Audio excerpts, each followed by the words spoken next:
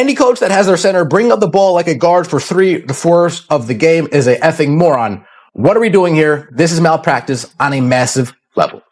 Treating Caitlin Clark like the third option makes me ill. That is the accusation Stephanie White now has to answer, not simply that Indiana lost, but that her offense is making its most dangerous weapon look optional. If that's even partly true, the next question becomes much harder to ignore.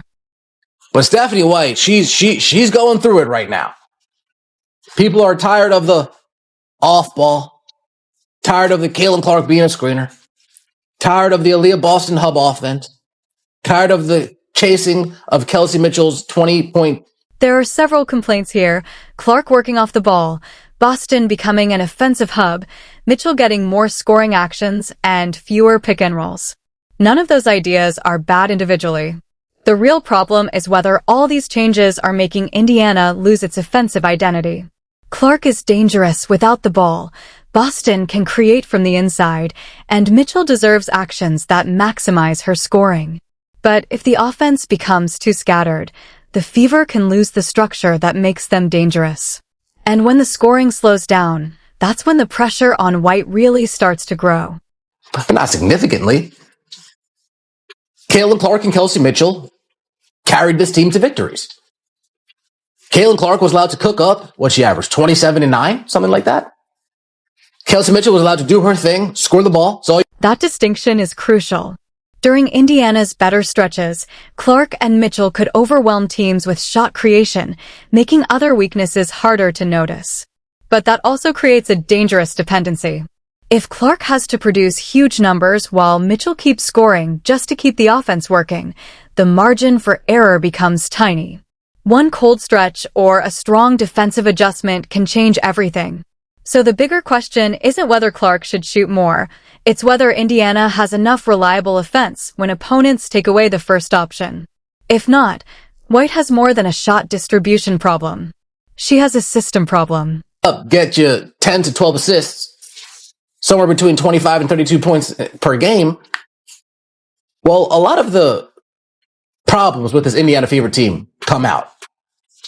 The lack of defense come out. The lack of ability to rebound. Once the star production drops, the weaknesses underneath become easier to see: rebounding, defense, structure, and physicality. A championship team needs multiple ways to win. If the offense struggles, the defense should keep the game close. If shots aren't falling, rebounding and half-court execution should make up for it. But according to this argument, Indiana hasn't consistently had those backup answers. And that puts more pressure on White, especially because she's known as a defensive-minded coach. If neither the offense nor defense looks settled, the criticism becomes much harder to ignore. And if these same problems continue against different opponents, it becomes more than just two bad losses. It becomes a pattern. And it all comes back to one simple thing that we've been saying since Caitlin Clark's end of her rookie season. If Caitlin Clark and Kelsey Mitchell just score 25 to 35 points each, the team will win. The problem is it needs to come within a structure offense. The source believes Clark and Mitchell can be devastating together, but only when their production comes within actions that force defenses to make difficult choices.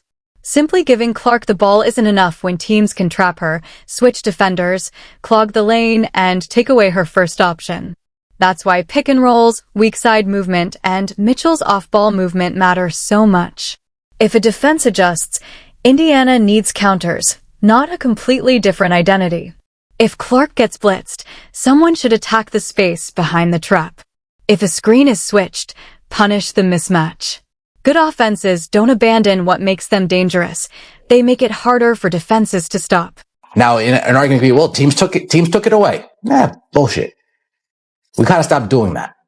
We stopped running that action. But let's get into this reaction from yesterday's game. Stephanie. That's why the criticism of White has intensified. The argument isn't that opponents completely erased Indiana's best actions, but that Indiana sometimes moved away from them itself. White has plenty of reasonable goals: getting Boston involved, keeping Mitchell's scoring role, and protecting Clark from constant pressure. But there's a difference between sharing responsibility and losing offensive hierarchy. Clark doesn't need to take every shot, but she should remain the player who shapes how the defense reacts. If she becomes just another part of the sequence instead of the organizing force behind it, the offense may look balanced while becoming less dangerous. And that's where the criticism goes beyond the box score. I get it now. Stephanie White's offensive philosophy is to play 4 on offense against 5 on defense. This explains why the small forward position has been an abject failure all season. The Fever will not win anything if Lexi and Sophie are not involved in the offense. Okay. The source argues that Sophie Cunningham and Lexi Hull need to be involved because spacing only works when defenders believe those players can shoot, cut, or punish help defense. If they aren't part of the action, defenders can focus more on Clark and Mitchell. The goal isn't to give Clark every shot, but to use her gravity to create opportunities for everyone else. That also brings roster construction into the debate. If Indiana lacks defensive versatility or bench creation, White has to find better combinations. And that's why the source suggests a more dramatic change to the starting lineup. I'm calling for a massive change. I'm calling for a massive change right now. Kaylin at the 1, Kelsey at the 2, Michaela Timpson at the 4, Maisha Hines-Allen at the 5. The proposed lineup is Clark, Mitchell, Michaela Timpson, Maisha Hines-Allen, and Aaliyah Boston. It's a major shift toward size, rebounding, and defensive versatility. There are concerns, especially spacing and defending quicker teams, but the idea is worth testing. White doesn't have to commit to it permanently. She could give the lineup a few minutes and see how it performs. The bigger point is that Indiana needs to experiment. If the current combinations aren't working, refusing to test new options could become the bigger mistake. Defensively, Timpson and Maisha Hines-Allen, I like my chances with Timpson guarding any 3s, Hines-Allen guarding any 4s, and Aaliyah Boston guarding 5s. If the 5 is quicker than AB, switch her onto the 4. Maisha Hines-Allen can... This is where defense becomes the bigger issue. The source isn't suggesting a new lineup just for the sake of it. He wants a group that can survive when the offense isn't clicking. Playoff basketball exposes one-dimensional teams, with opponents targeting weak defenders, controlling the tempo, and forcing every possession into the half-court. Better defense could also improve Indiana's offense, because every stop gives Clark a chance to attack before the defense gets organized. So the answer isn't simply giving Clark more of the ball. It's creating an environment where her biggest strengths become easier to use. Offensively, Kaylin Clark can shoot 3s. Kelsey Mitchell can shoot 3s. Maisha Hines-Allen, she's not scared to pull the trigger from 3. Aaliyah Boston, she's not scared to pull the trigger from 3. Michaela Timpson, she can do what she does best. She doesn't... The lineup idea also comes down to fit. Clark and Mitchell provide the scoring, Boston can stretch the floor, Hines-Allen adds versatility, and Timpson can contribute without needing many touches. That's important because the 5 most talented players aren't always the 5 best together. Some players fit better with certain lineups or roles, while others improve the team simply through defense, rebounding, cutting, and screening. For White, the bigger question is what she wants her starting 5 to establish first: scoring, defense, pace, shooting, or rebounding.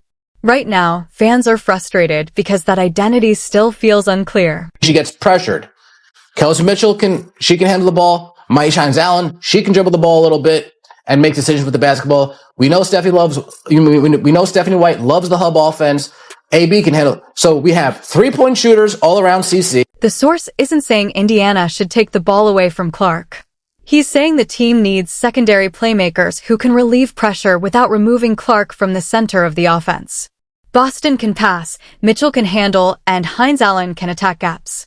If Clark gets trapped, giving the ball up is a win because the defense has already been forced to react.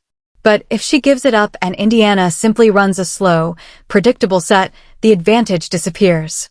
That's why timing matters. The Boston hub can be dangerous when Clark creates the opening first, but much less effective when the defense is already settled.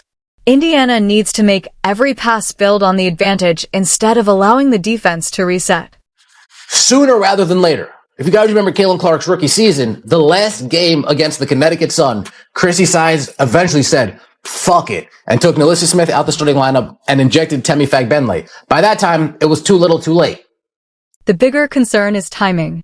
Coaches naturally want stability, but there comes a point when patience can become stubbornness.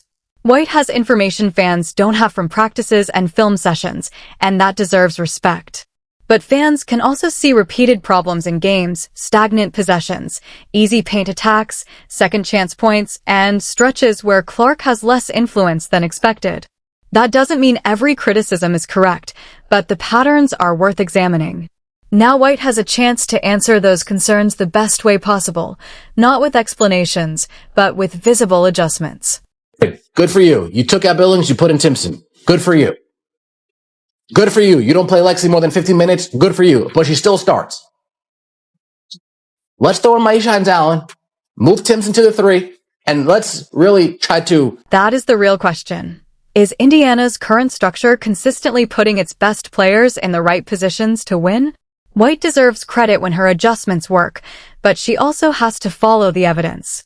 Maybe the answer is a bigger lineup, more on-ball creation for Clark, better off-ball movement, or simply better timing with Boston's touches. It may not require one dramatic change, just several smaller corrections working together. After consecutive losses, the next games will show whether those changes are actually working. Watch how Clark initiates the offense, whether Mitchell gets purposeful actions, whether Boston receives the ball against a shifting defense, whether the wings punish help, and whether the team can get enough stops. A win alone won't solve the problem if the same issues remain. Great teams don't wait for their stars to save them every night. They build systems that make those stars even more effective. So the bigger question is not Clark versus everyone else. It's whether White can build an identity where maximizing Clark also maximizes Mitchell, Boston, and the entire roster. If she can, the criticism will fade. If the same problems keep appearing, the pressure on her coaching decisions will only grow.